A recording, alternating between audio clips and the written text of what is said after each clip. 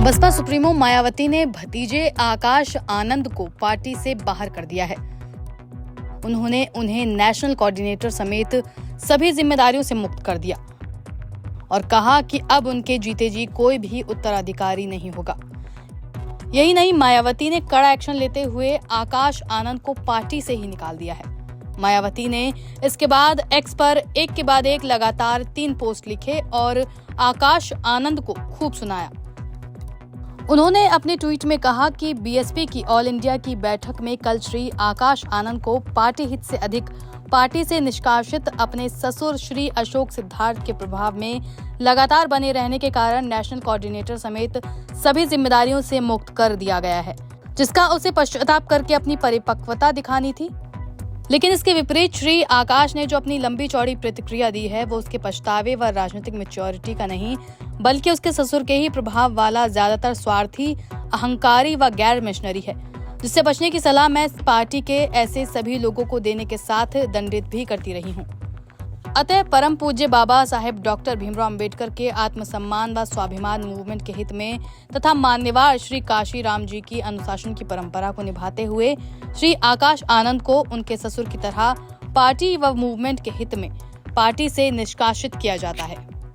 मायावती का आकाश आनंद को लेकर रुख चौंकाने वाला रहा है। पहले भी आकाश आनंद को उन्होंने 2024 के आम चुनावों के दौरान जिम्मेदारियों से मुक्त कर दिया था, फिर उनकी वापसी कराई गई, लेकिन अब एक बार और एक्शन लिया गया है। दिलचस्प बात यह है कि भले ही आकाश आनंद को मायावती ने बाहर कर दिया हो, लेकिन उनके पिता यानी अपने भाई आनंद कुमार को नेशनल कोऑर्डिनेटर बना दिया है।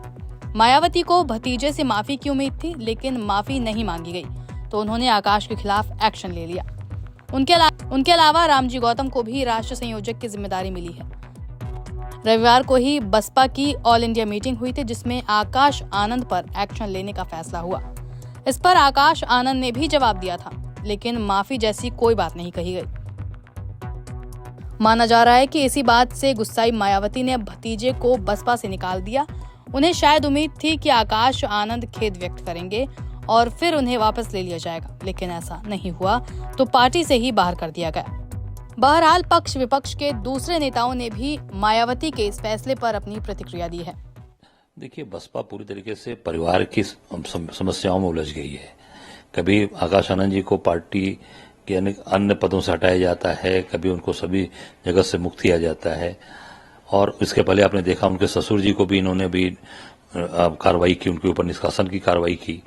तो मुझे लगता है कि ये बसपा पूरी तरीके से पारिवारिक अपनी समस्याओं में उलझ गई है और आम जनता के हित में, आम जनता जो आज पिस रही है महंगाई, बेरोजगारी, भ्रष्टाचार से, उससे इनका मतलब नहीं रह गया और इनका कैडर, इनका वर्कर भी अब निराश हो रहा है, टूट रहा है। सर, हिंदूवादी संगठन ने मथुरा में हिंदूवादी संगठन ने होली समारोह में मुसलमानों शामिल होने पर प्रतिबंध लगाने की मांग की है, कैसे देखते हैं? देखिए, ये देश सबका है, ये भगवान राम का भी है, रहीम का भी है, बुद्ध का, गौतम बुद्ध का, गुरु नानक देव जी, सभी लोग यहाँ पर इस देश के अंदर रहते हैं और सब लोग इस देश की मिट्टी से जुड़े हैं। इस देश को बनाने में सबका योगदान है। मैं समझता हूं कि ये लोग केवल और केवल आरएसएस और बीजेपी के कहने पर काम करते हैं। ऐसे लोगों को निश्चित तौर से प्रतिबंधित करना चाहिए, ऐसे लोगों को इनको महत्व नहीं देना चाहिए। बहन जी का अपना निर्णय है और वो अपनी पार्टी की मालिक है। मालिक कोई निर्णय लेता है तो वो बहुत सोच समझ के लेता है। उनका निजी फैसला, मैं इस पर बहुत कुछ नहीं कहना चाहता, लेकिन क्योंकि उनके फैसलों का असर होता है समाज पे भी और बहुजन राजनीति पे भी, और आज उस राजनीति के उस विचारधारा को लेकर चलने का काम हम लोग कर रहे हैं, तो मैं उनका सम्मान करता हूं। लेकिन पिछले 1 साल के अंदर जिस तरह के फैसले उनके द्वारा लिए गए कि पहले लोकसभा चुनाव के दौरान उन्होंने उसको हटाया, फिर दोबारा 2 महीने में, और हटाया भी ऐसे नहीं अप्रिप कह के, और फिर 2 महीने बाद बनाया, और अब फिर 1 साल के अंदर ही फिर से, जो है 1 साल भी पूरा नहीं हुआ, फिर से हटा दिया। तो मुझे बाबा साहब अम्बेडकर की वो बात याद आती है जिसमें बाबा साहब ने कहा था कि रानी के पेट से राजा जन्म नहीं लेगा। लेकिन आपने उस सिद्धांत को ठुकरा कर ये समाज के ऊपर ये थोपने का काम किया और समाज ने उनको अस्वीकार कर दिया। तो इस तरह के बार बार के प्रयास से समाज में बेचैनी पैदा हुई, भ्रम की स्थिति पैदा हुई और इसका नुकसान हुआ। अब फिर आपने जो है इस तरह का फैसला लिया, तो आपने लिया होगा बहुत सोच समझ के।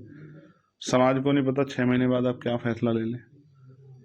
अब कुछ दिन पहले आपने कहा था कि मैं उत्तराधिकारी बना रही हूँ, अब आप कह रही कि मेरे जीते जी कोई उत्तराधिकारी नहीं होगा। मैं तो आपकी दीर्घायु होने की कामना करता हूँ, लेकिन इससे समाज में भ्रम की स्थिति बनी और राजनीतिक रूप से बहुजन समाज को नुकसान हुआ। अब समाज को यह फैसला लेना है कि वो किसके साथ खड़ा है। जहां ऐसा लगता है कि घर में कुछ बहुत बड़ा विवाद है, कोई इस तरह का जो है कुछ मामला चल रहा है जिसमें बार बार आना जाना बनाना और ये सब चीज चल रही है, वहीं दूसरी तरफ हम लोग सरकार से वैचारिक रूप से भी और सरकार की नीतियों का भी बड़े पैमाने पर विरोध और अपने समाज का संरक्षण जो है बहुजन समाज का करने के लिए सड़कों पर है। और इसकी वजह से तमाम तरह की परेशानियों का सामना भी, जैसा मथुरा में अभी हुआ आपने देखा, कई प्लेटफार्म का हमें नुकसान उठाना पड़ा, लेकिन हमें अपनी चिंता नहीं है, हमें आंदोलन की चिंता है। और मुझे लगता है कि अब हमारी जिम्मेदारी और बढ़ गई, हमें ज्यादा काम करना है, क्योंकि समाज में जो बची कुछ आशा थी वो भी आज के निर्णय के बाद खत्म होगी। तो मैं आकाश आनंद जी के लिए उनके उज्जवल भविष्य की कामना करता हूँ और जो काम हम लोग कर रहे थे और तेजी से जो है महापुरुषों के विचार को आगे बढ़ाने का और समाज के मनोबल को बढ़ाने का काम करेंगे। और जो अन्याय हो रहा है उसको लेकर पार्टी जो है कल उत्तर प्रदेश के सभी जिला मुख्यालयों पे कल 3 तारीख को ज्ञापन देगी। और उम्मीद है कि भविष्य में भी जिस तरह का अन्याय हो रहा है और जिस तरह से अधिकार खिलवाड़ की जा रही है, इसके खिलाफ भी पार्टी एक बड़े आंदोलन की योजना बना रही है। अपने भाई को कोऑर्डिनेटर बना दिया, राम जी और राज्यसभा सांसद है उनको भी बनाया कोऑर्डिनेटर। देखो, मैं फिर कहूँगा उनका निजी फैसला है, लेकिन अब समाज को तय करना है कि उनको क्या सोचना है। समाज का अगर फैसला मजबूती से हमारे साथ रहा तो भारत की राजनीति में और 27 में उत्तर प्रदेश की राजनीति में एक बहुत बड़ा बदलाव होगा और जुल्म जाति करने वाली ये ताकतें जमींदज होंगी और स्वाभिमान सम्मान से जो है जीने के अवसर जो है जिस तरह के संविधान ने दिए वो प्राप्त होंगे। नौकरी रोजगार आगे बढ़ने के अवसर मिलेंगे और उसके लिए हम लोग काम कर रहे हैं। देखिए, पार्टी की मुखिया हैं मायावती जी, बड़ी नेता हैं, अनुभवी हैं, पार्टी उनको चलाना है, वो अपने हिसाब से निर्णय ले रही हैं और हमेशा दल सर्वोपरि होता है, तो दल को सुचारू रूप से चलाने की जिम्मेदारी कैसे चले तो मायावती जी की है। सर, कांग्रेस कह रही है कि मायावती जी आज पारिवारिक कलह से जूझ रही है। देखिए, कांग्रेस पार्टी सुपवा तो सुपवा चलनिया बोला जकरे 72 छेद हैं, जे आजादी के पहले से लेके अब आज तक परिवारवाद में घिरा हो, पार्टी पूरा परिवारवाद में रही हो, और वो व्यक्ति जो है मायावती जी पर उंगली उठावे, पहले अपने गिरिबान में झांक के देखे। सर, संभल प्रशासन द्वारा जो महाकुंभ के जल को संभल के कुंडों में डाला जा रहा है, उसको कैसे देखते हैं सर? जो स्नान नहीं करने गए उनके लिए देखिए, एक आस्था लोगों की है, तो उस आस्था को लेकर के जो लोग नहीं गए हैं तो उनके यहाँ तक सरकार संगम से जल वहां तक पहुंचा रही है कि वो भी उसका पुण्य और ले, सरकार का प्रयास है।